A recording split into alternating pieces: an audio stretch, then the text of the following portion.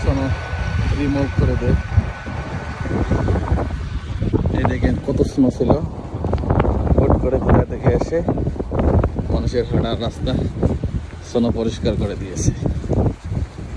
যাবার সময় এই জায়গা অনেক কষ্টে গিয়েছিলাম, কিন্তু আসার সময় সোনো রিমুভাল গাড়ি দেখতেছি পরিষ্কার করে যাচ্ছে, একদম ক্লিয়ার হয়ে গেছে। এই দেখেন কতটুকু স্নো পরিষ্কার করে গেছে, আর এই জায়গায় স্নো আছে কত উঁচু স্নো। এই দেখেন কত উঁচু স্নোর স্তূপ হয়ে আছে। এই দেখেন স্নোগুলা